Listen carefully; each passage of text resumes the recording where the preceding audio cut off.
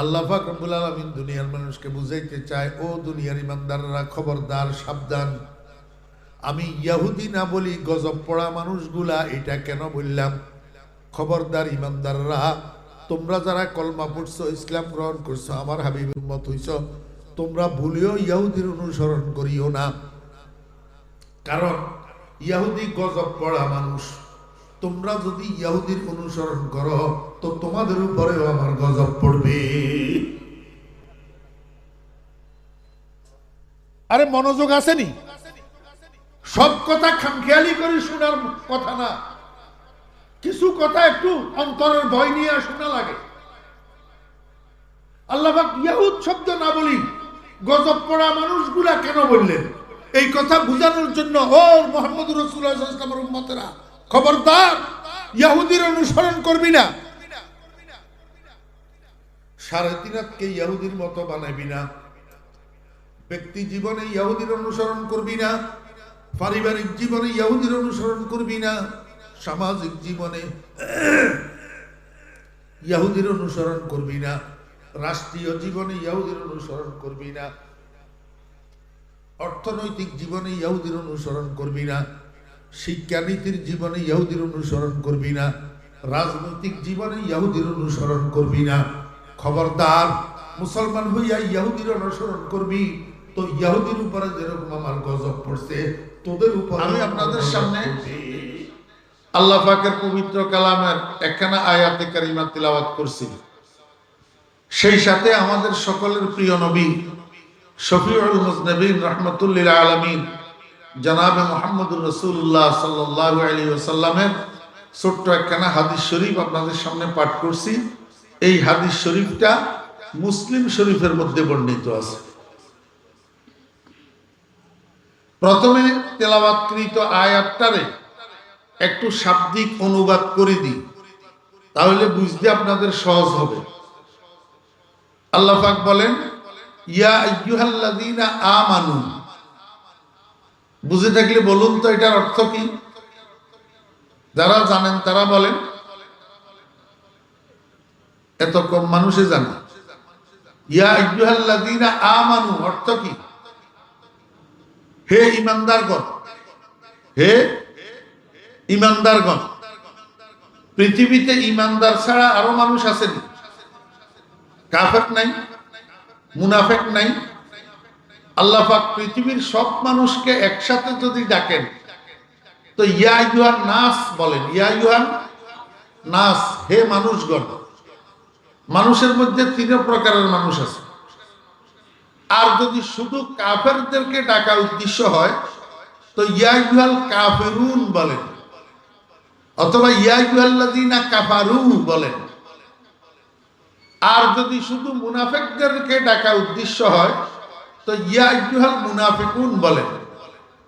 এখানে আল্লাহ পাক মুনাফিকের কেউ ডাকেন নাই, কাফের কেউ ডাকেন নাই। ডাকছেন কাকে? মুমিনদেরকে। ডাকছেন কাকে?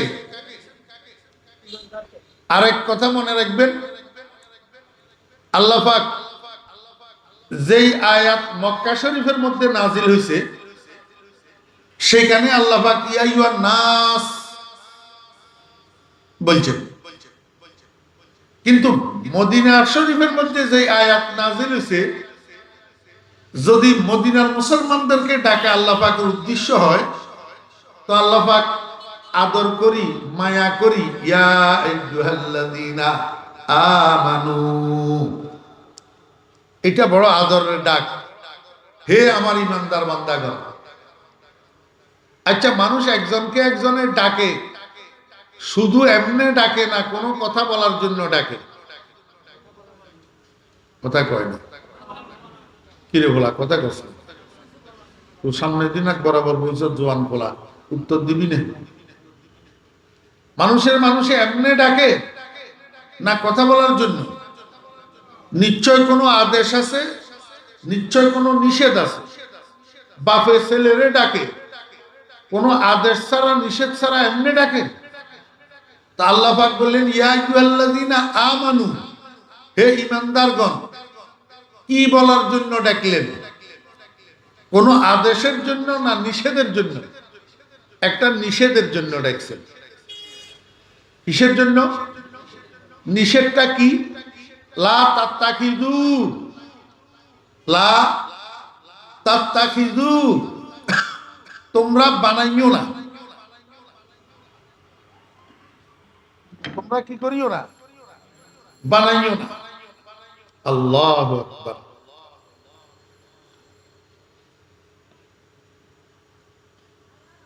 কাকে বানাইও না? আল ইয়াহুদা ওয়ান নাসারা।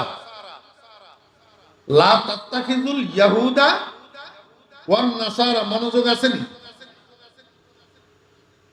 খালি সুর, সুরের পাগল। ওই 8 কলেজ মাঠের আমার ইউসুফ জোলেখার বয়ান আছে ইউটিউবে, শোনার দরকার হলে ইউটিউব থেকে এটা খুলে শুনিয়েন।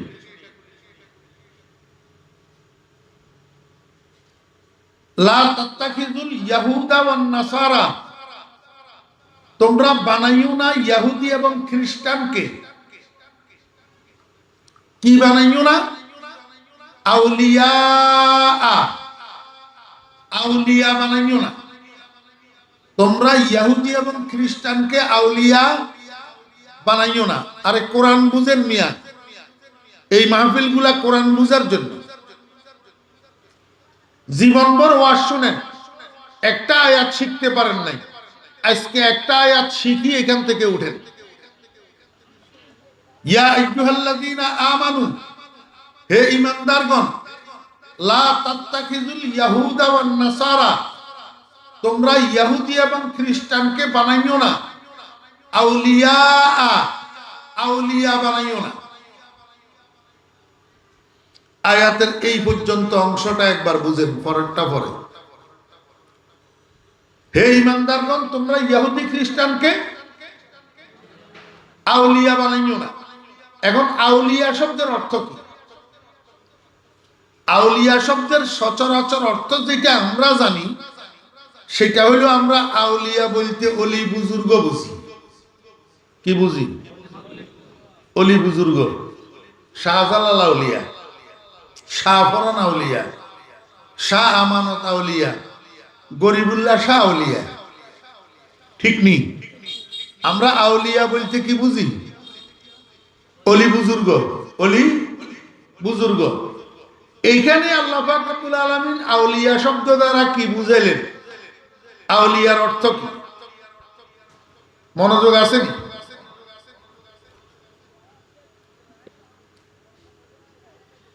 আমার আজকে 7-8 দিন পর্যন্ত সর্দি, তো এবারে সর্দিটা একটু ভালোর দিকে গেছে, শুরু হয়েছে কাশি।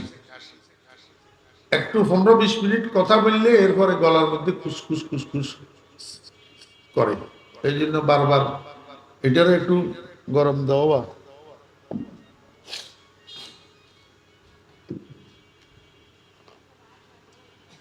আউলিয়া শব্দ এটা বহু বচন। এটা কি বহু বচন? এটার এক বচন হইল অলি, অলি। আপনারা অলি বলতেও তো বুজুর্গ বুঝেন, ঠিক না? আল্লাহর অলি বুজুর্গ কোন?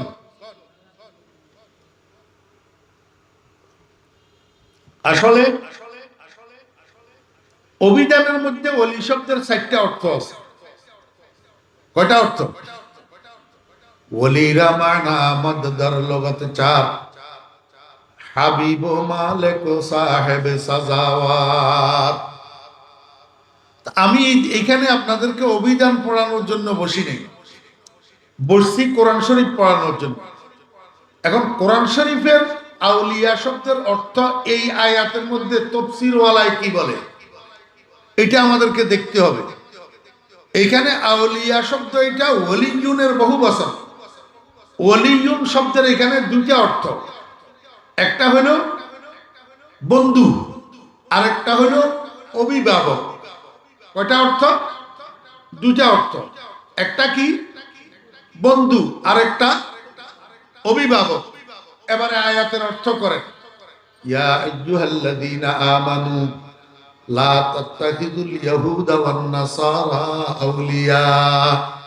হে ঈমানদারগণ, তোমরা ইহুদি এবং খ্রিস্টানকে বন্ধু বানাইও না।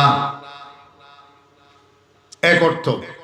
আরেক অর্থ, হে ইমানদারগণ, তোমরা ইহুদি এবং খ্রিস্টানকে অভিভাবক বানাইও না। অর্থ পাইছেননি? তোমরা ইহুদি এবং খ্রিস্টানকে বন্ধু বানাইও না, ইহুদি এবং খ্রিস্টানকে অভিভাবক বানাইও না। এখন এই কথাটার কি অর্থ?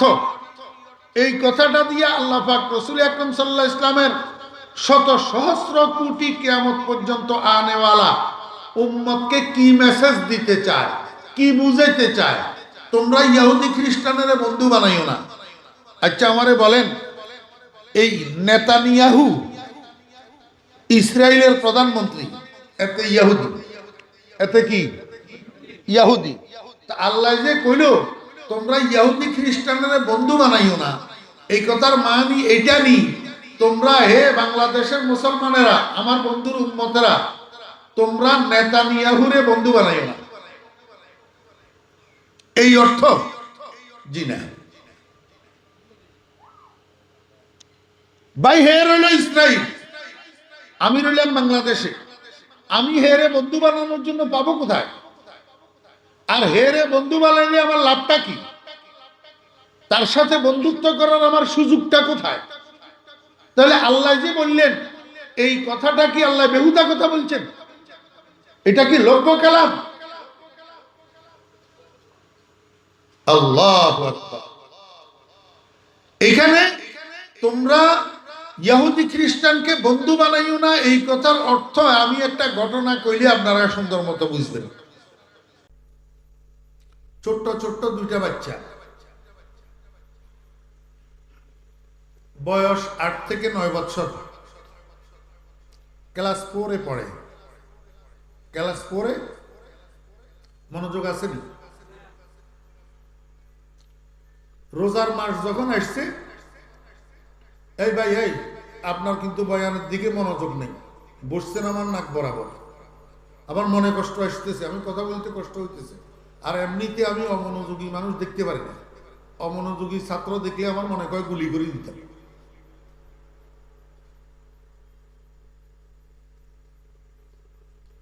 ছোট্ট ছোট্ট দুইটা বাচ্চা ক্লাস 4-এ পড়ে। রমজান মাস যখন আসছে, রমজানের প্রথম তারিখে দোনোটার পাশাপাশি বাড়ি, তো উত্তর পাশের বাড়ি একজনের, দক্ষিণ পাশের বাড়ি একজনের। ছেলে দোনোটা কি করছে জানেন? দোনোজনের বাপের থেকে 1000 টাকা নিছে, নিয়া হাটাদারি বাজারে গেছে, যাইয়া সেম কালারের দুইটা স্যুটের কাপড় কিনছে, এক কালার। এটা লইয়া টেইলারের দোকানে গেছে, টেইলারের যাইয়া বলছে, ভাই এই দুইটা কাপড় আমরা দুজনের জন্য দুইটা স্যুট বানাই দেন, তবে কাপড় যেরকম সেম কালার, স্যুটও দুটোটা হবে সেম ডিজাইন। বুঝছেন না কথা? বুঝেন না? ডেলিভারি দিবেন কবে? দর্জি কয় রমজানের 23 তারিখে। কয় ঠিক আছে। রমজানের 23 তারিখে দর্জি দোকান থেকে দুটোটা স্যুট ডেলিভারি নিয়া দুজনে বাড়িতে ট্রাঙ্কের মধ্যে সামালি রেখেছে, গায়ে দে নাই, ব্যবহার করে নাই। ঠিক ঈদের দিন ফজরের নামাজের একটু পরে যখন মানুষ ঈদগাহে যাওয়ার সময় হয়েছে, তখন দুজনে আপন আপন বাড়িতে স্যুট দুটোটা পরিধান করছে। পরিধান করে দুজন বাড়ির থেকে বাইর হই, বাড়ির দরজায় আসি, দুজন একত্রিত হয়েছে। ফরনে দুজনের সেম কালারের সেম ডিজাইনের স্যুট। এবার একজনে আরেকজনের হাত ধরি, হাত ডুলাইতে ডুলাইতে ঈদগাহের দিকে হাঁটা শুরু করছে। আমাকে বুঝে থাকলে বলুন তো, ছোট্ট ছোট্ট এই দুইটা বাচ্চা এই কাজটার মাধ্যমে এলাকাবাসীকে কি মেসেজ দিতে চায় বলেন? Colour same, design same, same কালারের সেম ডিজাইনের দুইটা স্যুট দুজনে গায়ে দিয়া একে অপরের হাত ধরি, হাত ডুলাইতে ডুলাইতে ঈদগাহের দিকে যে রওনা হয়েছে, কি বুঝাইতে চায়? ও এলাকার মানুষ, আপনারা দেখেন, আমরা দুজন বন্ধু, আমরা দুজন। ইন্নাল মুহিব্বা লিমান ইউহিব্বু মুতিউ, যে যাকে মহব্বত করে সে তার অনুসরণ করে, যে যাকে মহব্বত করে সে তার অনুকরণ করে। এক বন্ধু আরেক বন্ধুকে অনুসরণ করে, এটা হলো বন্ধুত্বের নিদর্শন। বন্ধুত্বের কি নিদর্শন? তো আল্লাহ যে আমাদেরকে কয় কোরআন শরীফের মাধ্যমে, ওহীর মাধ্যমে আমাদেরকে আল্লাহ কয়, ইয়া আইয়ুহাল্লাযীনা আমানু, হে ঈমানদারগণ, তোমরা ইহুদি এবং খ্রিস্টানকে বন্ধু বানাইও না। এই কথার অর্থ হলো, ওই নেতানিয়াহু ইসরায়েল, তুমি বাংলাদেশে, তুমি আমেরিকায়, তুমি জাপানে, তুমি রাশিয়ায়, তুমি অস্ট্রেলিয়ায়, মুসলমান তুমি যেখানে থাকবা থাকো, ইহুদি খ্রিস্টানকে বন্ধু বানাইও না। এই কথার অর্থ হলো ইহুদি খ্রিস্টানের অনুসরণ করিও না, হয় না? ইহুদি খ্রিস্টানের অনুসরণ করিও না। কেন কেন ইহুদি খ্রিস্টানের অনুসরণ করবে না? আল্লাহ কয়, ও দুনিয়ার ইমানদারেরা, ইহুদি খ্রিস্টান বালা মানুষ ন, সৌভাগ্যবান মানুষ ন, এগুন গজব পড়া মানুষ। কি পড়া মানুষ? ওমা কয় না, ইহুদি এগুন কি গজব পড়া মানুষ। কোথায় কইছে? ইহদিনাস সিরাতাল মুস্তাকিম সিরাতাল্লাযীনা আন'আমতা আলাইহিম গায়রিল মাগদুবি আলাইহিম ওয়ালাদ-দাল্লিন। সারা জীবন পড়েন না? সারা জীবন ফরজ নামাজ, ওয়াজিব নামাজ, সুন্নতে মুআক্কাদা, নফল, 2 রাকাতওয়ালা, 3 রাকাতওয়ালা, 4 রাকাতওয়ালা, যত রকমের নামাজ, সব নামাজের সব রাকাতে কেরাত নাই, কিন্তু সূরা ফাতিহা আছে। হয় না? নয়? আসেনি সূরা ফাতিহা? তো সারা জীবন সূরা ফাতিহা পড়লেন না? কি পড়লেন এটা তো গোড়ার ডিমও জানেন না। কি পড়লেন? আল্লাহ পাক রব্বুল আলামিন কয়, বান্দা নামাজের নিয়ত করি, আল্লাহু আকবার, তুমি আমার কাছে দরখাস্ত করো। কি করো? দরখাস্ত করো। দরখাস্ত করার আগে 1 নম্বরে আমার প্রশংসাপত্র তেলাওয়াত করো, তুমি আমার তারিফ করো। আলহামদুলিল্লাহি রাব্বিল আলামিন আর রহমানির রহিম মালিক ইয়াউমিদ্দিন। এইবার কয়, বান্দা আমার সাথে চুক্তি করো, চুক্তি করো, আমার সাথে সন্ধি করো, না হলে তোমার দরখাস্ত গ্র্যান্টেড হবে না, মঞ্জুর হবে না। তুমি বলো, ইয়্যাকা না'বুদু ওয়া ইয়্যাকা নাস্তাঈন। আল্লাহ কয়, বান্দা আমার প্রশংসাও করলা, আমার সাথে চুক্তিও করলা, এইবার দরখাস্ত করো। কিসের দরখাস্ত করবা? কি চাইবা?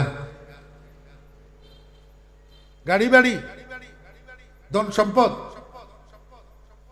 দালান কোঠা, অট্টালিকা, ক্ষমতা, চেয়ার, বেকুবের দল, পাগলের দল, এগুলা সাচ্চা, এগুলা 2 দিন না জিনিস, এগুলা তোর কোনো কাজে আসবে না। তুই আমার কাছে দরখাস্ত করবি কিসের? সারা দুনিয়ার মানুষ জান্নাতের যাত্রী। তোরা যারা ইমানদার আছো, তোদের বাপের বাড়ি হলো জান্নাত। তোদের বাপের বাড়ি, সমস্ত ইমানদাররা জান্নাতের ওয়ারিস। জান্নাতের কি?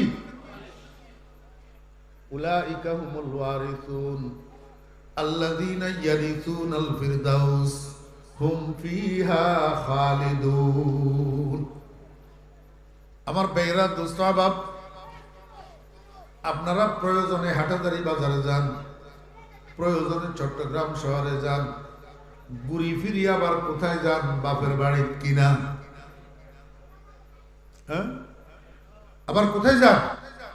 বাপের বাড়ি। এই সারা দুনিয়ার মধ্যে যত মানুষ আমরা আছি, এর মধ্যে যারা জাহান্নামী হবে জাহান্নামে যাবে, নাউযু বিল্লাহি মিন যালিক। আর যারা ঈমানদার ঘুরি ফিরি তারা বাপের বাড়িতে যাবে, বাপের বাড়ির নাম জান্নাত।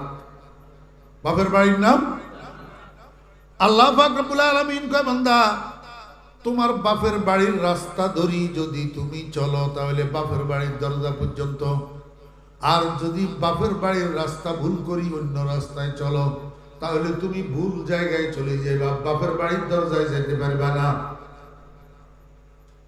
ঠিক না ভাই? ঠিক। আপনার বাপের বাড়ি যদি ইসাপুর বাজারে হয়, আপনি যদি দক্ষিণ দিকের গাড়িতে উঠে বসেন আপনি বড়দিঘির পার চলে যাবেন, ইসাপুর তো যাবেন না, তো বাপের বাড়িতে যাইতে পারবেন? তাহলে লক্ষ লক্ষ রাস্তার মধ্যে একটা রাস্তাই তো শুধু আপনার বাপের বাড়ি পর্যন্ত গেছে, আপনাকে সেই রাস্তার পথিক হইতে হবে না? আল্লাহ পাক রব্বুল আলামিন কয়, দুনিয়ার ইমানদাররা তোমার বাপের বাড়ির রাস্তার নাম সিরাতে মুস্তাকিম। কি সিরাতে মুস্তাকিম? তুমি যদি সত্যি সত্যি তোমার বাপের বাড়িতে যাইতে চাও, জান্নাতে যাইতে চাও, তুমি আমার কাছে সিরাতে মুস্তাকিমের উপরে চলার জন্য দরখাস্ত করো। অন্য কিছু চাইছ না, পাগল যদি নাও, তুমি বলো ইহদিনাস সিরাতাল মুস্তাকিম। আয় আল্লাহ, গাড়ি বাড়ির আমার দরকার নাই, আয় আল্লাহ রাজত্বের আমার দরকার নাই, ক্ষমতার চেয়ারের আমার দরকার নাই, আয় আল্লাহ আমেরিকা রাশিয়া যাওয়ারও আমার দরকার নাই, জাপান জার্মান যাওয়ারও আমার দরকার নাই, আমাকে তুমি জান্নাতের পথের প্রতীক বানাইয়া দাও। ইহদিনাস সিরাতাল মুস্তাকিম। না আমেরিকা না লন্ডন সে হো উলফত, हमें मस्ते मदीना कर खुदाया, न जापान न जर्मन से हो निस्बत, हमें उशाक काबा कर खुदाया।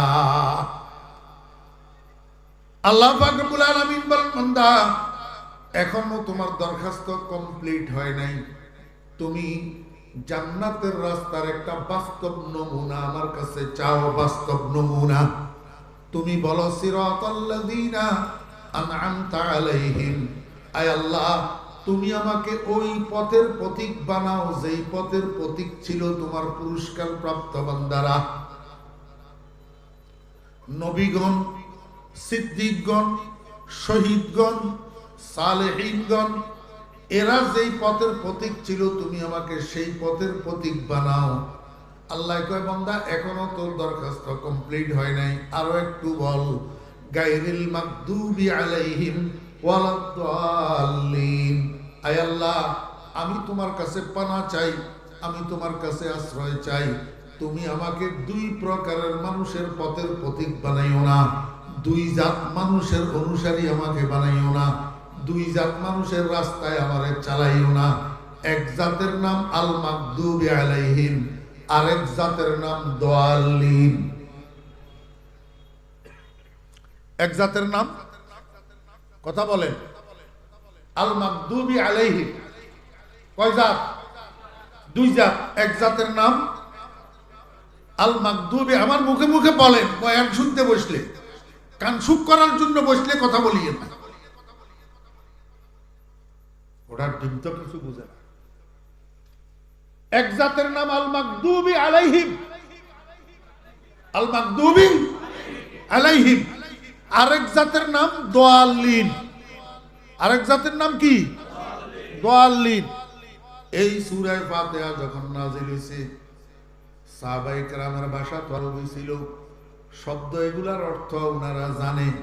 তারপরেও রাসূল আকরাম সাল্লাল্লাহু আলাইহি ওয়াসাল্লামের কাছে যাইয়া কয়, ইয়া রাসূলুল্লাহ, এই দুই জাত মানুষ তো চিনতে পারলাম না, মানিল মাগদুবি আলাইহিম ওয়া মানিদ দাল্লিন। ইয়া রাসূলুল্লাহ, আল মাগদুবি আলাইহিম কারা, দাল্লিন কারা? রাসূল আকরাম সাল্লাল্লাহু আলাইহি ওয়াসাল্লাম বলেন, আল মাগদুবি আলাইহিম হুমুল ইয়াহুদ ওয়াদ দাল্লিন হুমুন নাসারা। আল মাগদুবি আলাইহিম এরা হলো ইহুদি, আর দাল্লিন হলো খ্রিস্টান। তাহলে এবার আয়াতের অর্থ কি দাঁড়াইলো? আয় আল্লাহ তুমি আমাকে জান্নাতে যাওয়ার সরল পথটা দেখাইয়া দাও, আমাকে সিরাতে মুস্তাকিমের পথিক বানাইয়া দাও। আয় আল্লাহ, বাস্তব জীবনে তুমি আমাকে তোমার পুরস্কার প্রাপ্ত বান্দাদের পথের অনুসারী বানাইয়া দাও। নবীদের, সিদ্দিকদের, শহীদদের, সালেহিনদের পথের অনুসারী বানাও। আয় আল্লাহ, এই দুই জাত মানুষের তুমি আমাকে অনুসারী বানাইও না। এক জাতের নাম ইহুদি আর এক জাতের নাম নাসারা, এদের অনুসারী আমাকে বানাইও না। এবার বুঝছেন তো? নামাজের প্রত্যেক রাকাতে মসজিদে আল্লাহর কাছে কি দরখাস্ত করেন? আয় আল্লাহ, আমাকে ইহুদি খ্রিস্টানের অনুসারী বানাইও না। ঠিক আছে জি? এমনি মসজিদের থেকে বাইরে ওই প্রথম যেই কদমটা দেন, এইটাই তো ইহুদি খ্রিস্টানের অনুসরণ। কথার সাথে কাজের মিল আছে? এবার একটা কথা বুঝেন, মনোযোগ আছেন? ইয়াহুদ আর নাসারা এই দুইটা শব্দ কোরআন শরীফের মধ্যে ব্যবহার হয় নাই। আজকে আমি আয়াত যেটা পড়ছি এটার মধ্যে নাই, লা তাত্তাখিজুল ইয়াহুদা ওয়ান নাসারা আউলিয়া।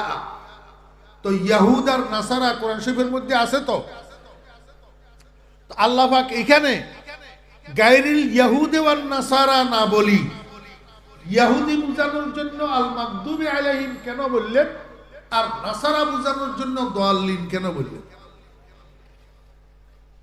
কথা বুঝেন নাই?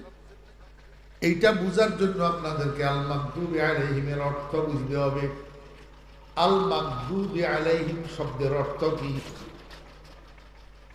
আল মাগদুবি আলাইহিমের থেকে আল্লাহ পাকের উদ্দেশ্য ইহুদি, এটা বুঝতাম।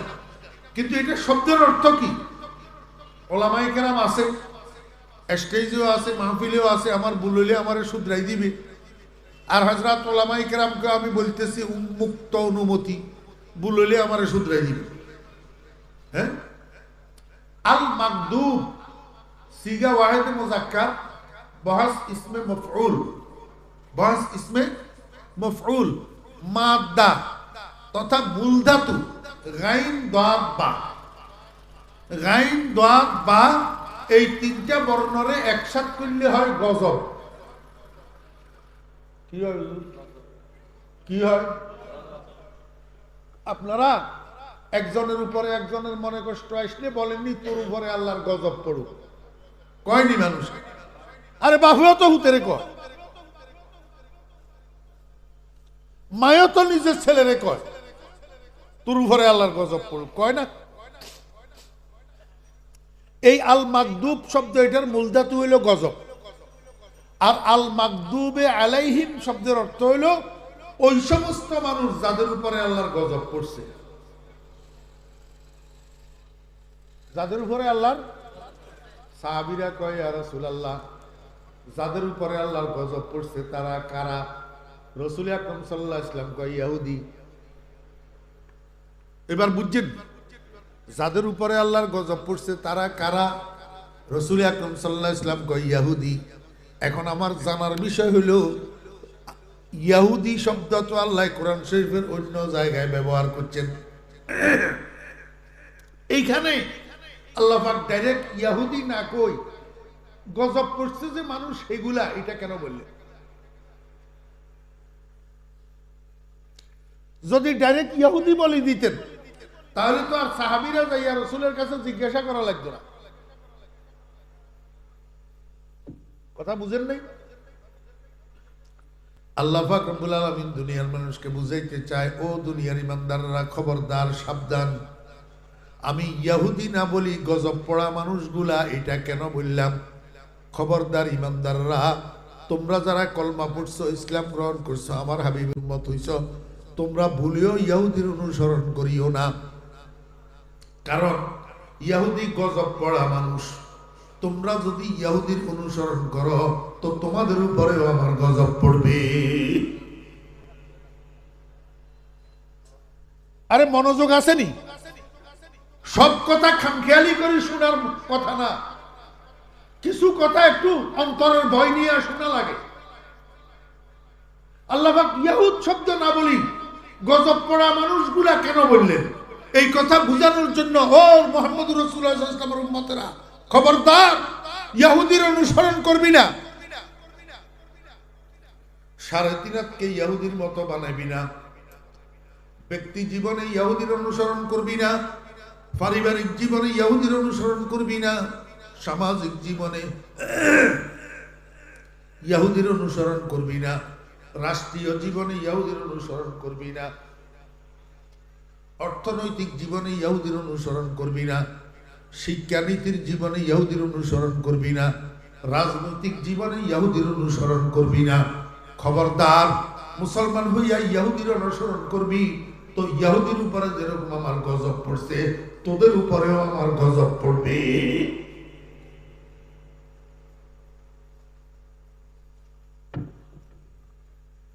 আজকে সারা বিশ্বের মুসলমানের উপরে এই নির্মম নির্যাতন কেন? আজকে বিশ্বের মুসলমানদেরকে কাফেরের বাচ্চারা ইহুদিরা পিঁপড়াও তো মনে করতেছে না, পিঁপড়া।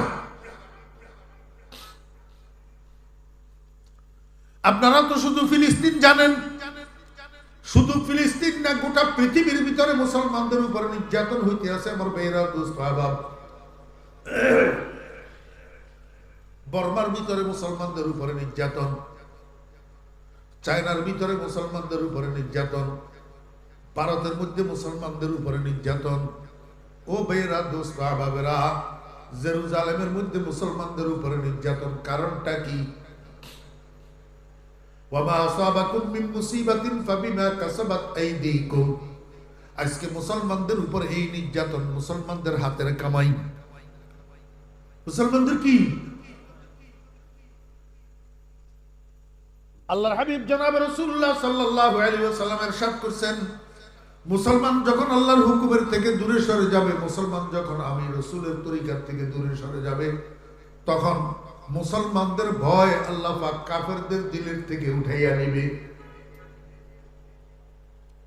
মুসলমানদের ভয় কাফেরদের দিলের থেকে আল্লাহ কি করবে? একজন মুসলমানের ভয়ে কাফেরের বাচ্চারা, কাফের রাজারা, কাফের বাচ্চারা থরথর করে কাঁপত। আর সেই মুসলমানদেরকে এখন কাফেররা মাসি মশাও মনে করতেছে না। কারণটা কি? মুসলমান আল্লাহর হুকুমের উপর নাই, মুসলমান রসুলের তরিকার উপর নাই, মুসলমান মুহাম্মদুর রাসূলুল্লাহ সাল্লাল্লাহু আলাইহি ওয়াসাল্লামের অনুসরণ বাদ দিয়া ইহুদির অনুসরণের মধ্যে লিপ্ত। हर के तरसद अज़हको तक़वा गुज़ीद, हर के तरसद अज़हको तक़वा गुज़ीद, तरसद अज़वाय जिन्न इंसो हर के दी।